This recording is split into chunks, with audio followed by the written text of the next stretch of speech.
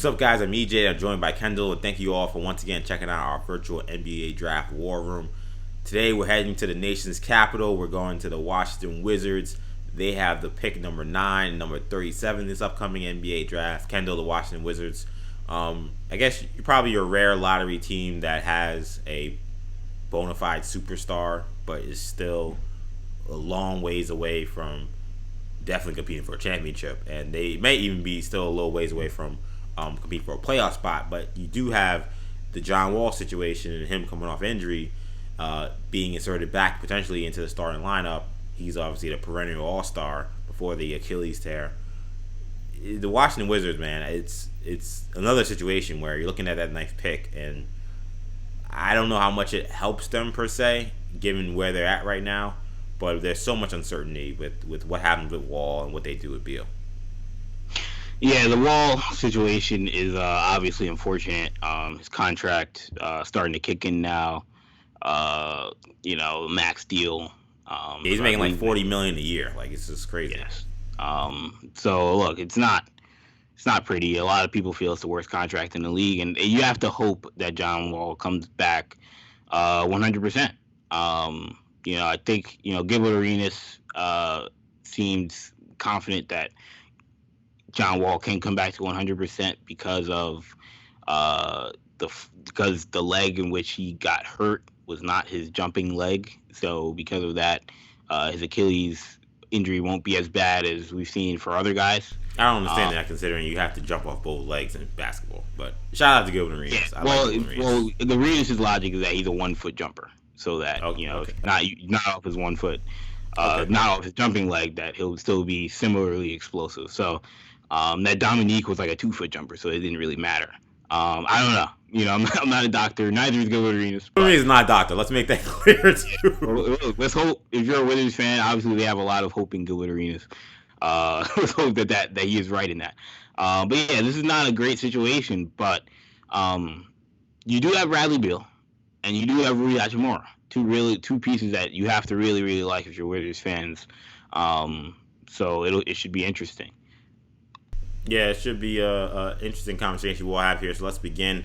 Washington Wizards, once again, they hold picks number 9 and 37. They finished the season with a 25 and 47 record. They did make it to the NBA bubble, so they did get to play some games over in Orlando. Beal was not with them, but it was some good time for some of their younger players to get some action. Team needs this year. Defense was a big issue for Washington. They were the worst defensive team for defensive rating all season. I also think floor spacing, which may be surprising considering you say, well, you got Beal and they shot the ball pretty well last year as a team. They were probably about league average from 3. But when you consider that half of their threes came from Beal and Bertans, they both shot 8 threes a game and they averaged about 32 as a team. Those guys shot at a very high clip. Everyone else didn't shoot the ball. They shot the ball either average or below average. And you might lose Bertans, and we don't know what's going to happen with Bradley Beal. So I think that floor spacing potentially could end up being a huge need going into this offseason if both those guys are on the roster, or even if you lose just one of those guys. Obviously, they do want to try to keep Bertans, who's a free agent. Obviously, we'll get to that in a second. I also think shot creation is a problem. Beal's really the only guy I think you look at is a guy who can get his own shot anytime he wants. So if they could find another guy who can do that, that would be good. And I put point guard depth as well. Ish Smith played pretty well for them. I actually really like Ish Smith. He's one of my favorite random players in the NBA. Because every time I see him play, he always looks good. He's never going to be a guy who can stretch the floor from 3 or anything, but he just runs the team well. He's so hard to stay in front of, and he just causes havoc. But you don't want him starting probably as many games as he had to start for them this year. Wall comes in. We don't know what his health's going to be, if he's going to be able to start from day one, if he's on a minutes restriction. So I think that depth at that position is still going to be needed, even with Wall's return pending. Free agents, Davis Bertans is one of the biggest free agents probably of this offseason. I saw something saying he can get a contract up to $15 to $20 million a year potentially. He's a great shooter for a big man at 6'10", 6'11", from Latvia. But Washington wants to keep him, but that price tag is going to be high, and considering this is not going to be a free agent class full of stars, he will be one of the players people look after. So that's going to be a very, very important free agency for Washington fans to keep an eye on. Also, free agents this year, you got Jan Mahimi, Shabazz Napier, Gary Payton II, Jerry and Grant, who came on in the bubble along with Jerry Utoff, also free agents. And then you got two-way players that have expiring two-way deals, Garrison Matthews and Jonathan Williams. Kendall, when it came to, I'll go first in terms of targeting players here. As I said, I think that shooting is going to be an issue. Is a team need for this team. They were a decent offensive team, but considering you might lose Bertans or even you might lose Wall as well. Not Wall, Beal as well. I think that they need to have a guy who can come in and snipe. And I think when I look at number 9, that seems like a perfect spot for someone like Aaron Nesmith from Vanderbilt. Nesmith is a great shooter. Not the greatest ball handler. I think that's something he has to work on a little bit. But he can come in. He can come off the bench, or even if he's a starter. I think he complements Wall potentially well because he's not a guy who's going to be someone who needs the ball in his hands a lot. So if Wall does come back healthy, and now you got Beal and Wall in the back, or you have a guy who can give those guys enough spacing. And I think he slides right into that 3 spot potentially. And he can help a great deal. So Nesmith is a guy to look at. I also like Devin Vassell as well. Vassell's not as good a shooter, but a way better defender. And again, maybe the best defensive player in this draft on the perimeter. And he would 100% come in and help tremendously Washington's defense. So those are 2 guys that I really like for Washington at that 9 spot. Yeah, I mean, Nesmith, I like Aaron Nesmith. I love the way Jerry Stackhouse used him at Vanderbilt. Was very creative. I did too. Yeah, and getting him shots, all different types of pin downs and coming off screens and elevator screens and a lot of different methods of creating a shot. I tell you what, I feel like Jerry Stackhouse had a great audition as an NBA head coach using Nesmith. The pro style offense that they ran he was running was very impressive for a team that wasn't good at all. No, not at all. Their offense was very, very intricate. And, as a Memphis fan, I'm watching, I'm like, wow, Penny doesn't run any of the stuff that Jerry Stackhouse. Regardless, that was the thing that actually stuck out the most on film. Watching Aaron, I agree. Yeah. With offense that Vanderbilt ran. But look, it'll help Aaron Nesmith's transition to the NBA because I think it shows you ways in which he can create his offense without having the ball in his hands. It'll take a good coach to get him that. But the fit in Washington is interesting. The 3 spot is definitely a position of need. They haven't had one since last year. They didn't really have one last year that you felt great about. I'll put you on the spot here, but what do you think of Troy Brown? I like him. I don't know if he's a starter. What I like about Troy Brown, which is something, and I think you had him as one of your sleepers last year when we talked about last draft or 2 years ago, whenever it was. I think it was 2 years ago. But the thing I like about Troy Brown is him more so playing at the 1, which we saw a lot in the bubble with that Wall and Beal, is that he had the ball in his hands. At the 3 is a little bit of an awkward fit, and they don't have Oubre, they don't have Otto Porter anymore. So I could definitely see a Nesmith look, or even a Devin Vassell, who I think would actually be a great guy to kind of work under Bradley Beal to someday maybe be his replacement. Because I think he has some of the baseline skills. I think he has a lot of upside at that 2 spot position. But the guy I'm looking at, if I'm the Washington Wizards, is Precious Achiuwa. I think I like what Rui did at the 4 last year, but I think what they need is another big that can play next to Rui. And I know they like Thomas Bryant. Mo Wagner gave them some interesting minutes. I don't know how you feel really about Mo Wagner, but I like what I saw from Bryant. Yeah. Thomas Bryant is interesting. I don't expect Bertans to be back. I could be wrong about that one, but he seems like guys can be super coveted in free agency. And although there's not a whole lot of cap space out there, obviously, there also aren't a whole lot of free agents, and Bertans will be one of them. And I think so he'll be a guy that's in command for a lot of teams and may get in a premium this offseason the way he probably normally would have gotten. So I think if you bring in a guy like Precious Achiuwa, ultimately I think Washington needs to improve their talent base in their quote-unquote farm system, because like Washington was in a similar situation to Brooklyn in the bubble, where they lost a lot of guys, particularly Bertans and Beal, and they had to, kind of show off their farm system of sorts in the bubble.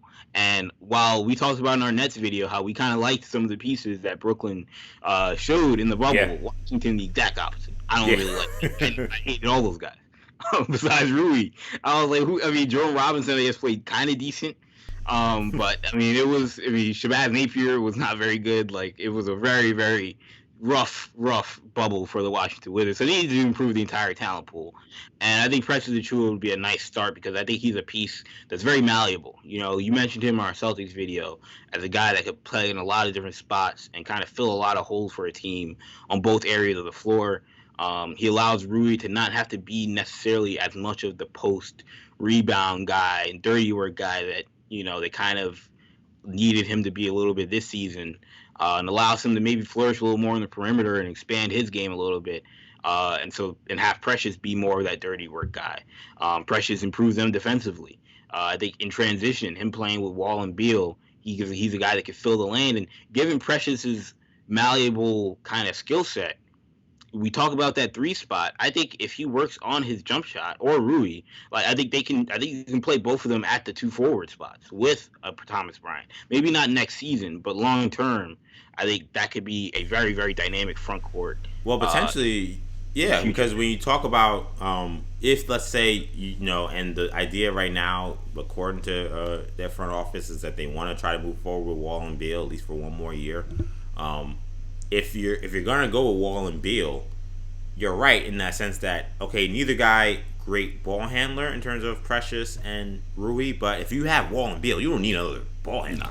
Like, those guys, and those, I think Precious could absolutely guard threes. I don't know about Rui, but that's Precious. So if you're talking about defense, you'll have the manpower to guard guys on the perimeter with Precious Achiuwa potentially, and then he could guard a 4 if a 4-man makes more sense for him given the lineup. I that was the Precious conversation I had in my head when I thought about where to go. I guess to me there was questions to me about the redundancy of Rui and Precious. Did that make sense when in 2020 the redundancy in 20 is not as bad. I agree. Yeah, in 2005 I'd be like, you can't have both. No way. Who's playing? But nowadays, redundancy is more seen as versatility. Yeah, I would say that you'd have plenty of lineouts where you could go with Achiuwa at the 5 and Rui at the 4, and you could throw in whoever you find at the 3 who can maybe hit a jump shot. And and especially if you had Wall, now you can really get up and down the court potentially too. Yeah, with that kind of lineup, and you can cause a lot of damage. So. The Precious is not the Precious figure when we talk about it here, and this is great about this concept is that this is, again, we call it a draft war room, so we feel like these are kind of conversations we hope that we see in a front office to some degree. I'm not saying we're front office members, but when the way you kind of convinced me that maybe this Precious Rui combo could work better than I anticipated. That's why I kind of hesitated. Yeah, I don't think it's a good fit next season. I think next season there could be some issues. But 2-3 years from now, could that be one of the more interesting front courts in the NBA? I think if those guys develop into what we think they could be, I'd feel fine running out with a Precious Rui front court, maybe with another big or another forward. That's the malleability of it. This pick also, it did to me look like a tradable pick as well, and we did talk about you attach it with Wall, right? Because we did talk about that with the one of our, I believe it was the Toronto Raptors we talked about. Do you agree with that? That would also be potentially an option here, because I agree that this is a position that there are guys that could definitely help them, but if you're in a position where you're like, we gotta keep Beal happy because we want him here. He's a young star player, and he's signed long term. Can you find a way to use this pick, attach Wall to it, and maybe add maybe 1 or 2 more first to get maybe another star player to play next to Beal? Do you think that that's a possibility? It's tough. I don't know what team is really taking John Wall right now. Right. 9 is a nice chip, but that still seems like probably not enough. So that's the tough part. Like I told you that to me, like we talked about it in the Raptors video. To me, a Kyle Lowry swap, using that ninth pick and maybe adding more draft capital, I could see maybe Toronto entertaining. Right. They would hate taking Wall, but if you gave them a lot of picks, they may consider it, considering Lowry's age. And again, if somebody that they really liked, which we know Masai is a very good drafter, somebody they really liked at 9 was available, like we mentioned. And if you move Lowry, and not only makes the Raptors, but if you move Lowry, you also maybe can actually re-sign Fred VanVleet. So maybe he's your point guard. Yeah, of course. Right. So it's so I don't know. I think that the Wizards are in an interesting spot. A lot of things they could do here. The one thing we didn't talk about with the Wizards, the one thing we didn't entertain is them drafting a point guard. Because, obviously with John Wall not being the point guard of the future, although he is signed long term, do you look at Tyrese Maxey? I think so. I have Halliburton in my board. I didn't mention him in my first 2B guys, but he would also be definitely a guy I would consider as well. I think he fits extremely well with Bradley Beal. I know there are people who really think he may go top 6. Something tells me he's gonna slide. I mean, I could be crazy and wrong, but it's possible. It's not. Any, he's a good player. There's nothing really wrong with his game. I just think that teams may not be enamored with the ceiling not being as high as maybe some people would like for a guy you're drafting that high. His draft floor is no later than I would think 10 to Phoenix. So I think he's going to be a top 10 pick. I can see. Yeah, I think 10 would be so. If he got past 10, I would probably be surprised by that. Yeah, I would be shocked if he got. But I think for a lot of people feel like New York would be his fall off spot. I don't know if it is. I think that Washington could get him, and if they could get him, I would certainly consider it, because even Wall, healthy or not, I think that Wall approaching. I think he's 30 years old. And I think his birthday was just last week. Wall approaching 30 years old. I mean, you got to start thinking about another point guard. I feel like the only thing I would say is that if you're drafting a point guard in this draft, like, you're gonna have to deal with the fact that Wall's probably gonna be there. So I would like to get a guy that can play with John Wall, and Halliburton and Wall seems a little awkward because they're both such dynamic playmakers. And Halliburton can shoot in theory. Any playmakers, but I almost feel like I'd want a guy that's a little more dynamic, putting the ball in the basket. Halliburton gives you spot up shooting, and in theory that can help Wall with he's a driving lanes. Yeah, he's definitely he definitely can space the floor, but does Wall help Halliburton at all? That's my question. I mean, not much. Wall can help Maxey maybe get shot. I think Maxey should have the ball in his hands, which is why he kind of struggled a little bit at Kentucky at times. But he is a guy that has proven that he can play off the ball. Halliburton, I think can play off the ball, but I don't know. Does he? I mean, he makes John Wall better, I guess, a little bit, but does seem like a little bit of overlap with those two guys. I see that. Yeah, I see. I see where Halliburton can help. I like the fit of Halliburton and Beal. I love that fit. Well, yeah, that's to me that was more what I was thinking about than Wall, because unfortunately I think with Wall, I just don't know how much you can really factor in anything with him because of his injury problem. Like, he could be a backup long term. Right, and even if he's a starter, my thing is, okay, I'll figure out whatever I gotta figure out. If he's 2015 John Wall, all right, well, this is great, but and maybe Ross is a little weird, but I could if I have good players, I could adjust, make trades, do whatever to figure it out. I can't work my team with the assumption that I'm getting 2016 John Wall. I think that Washington would even admit that that's not realistic. So you got to think, okay, put him aside. We know he's likely part of the team. Who helps the guys we have now, who played last year, or who are going to be on the team next year? Halliburton, I think, fits well with everyone that they have. He can get Bryant easy baskets. He can get he's a pass first guy to get the ball with Bradley Beal.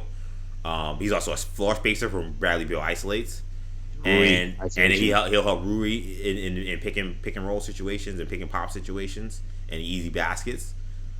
Yeah, he's a great fit. I think that to me he fits all the things you would want from a point guard.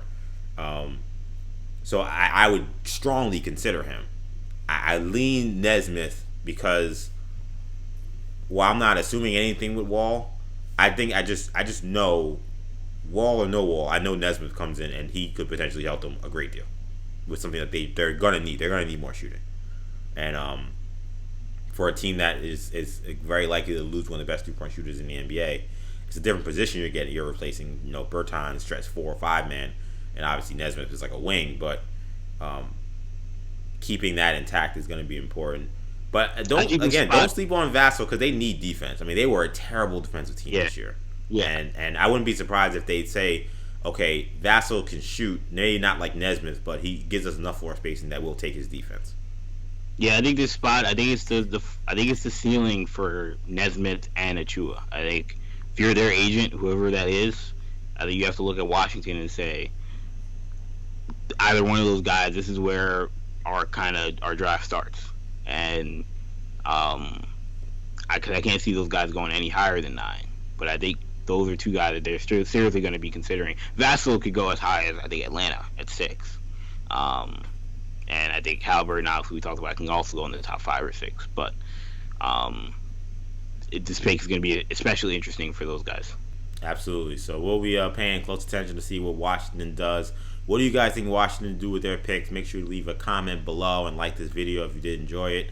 Of course, we'll be doing plenty of these virtual NBA draft war rooms all throughout our lead up to the NBA draft. So make sure you keep it locked in to New Generation Media. Make sure you subscribe to the channel to catch all our videos.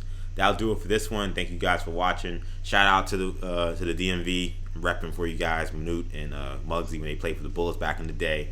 So hope you guys did enjoy it. But we'll sign off from here. That's it. For Kendall, I'm EJ. Take it easy, guys. Peace.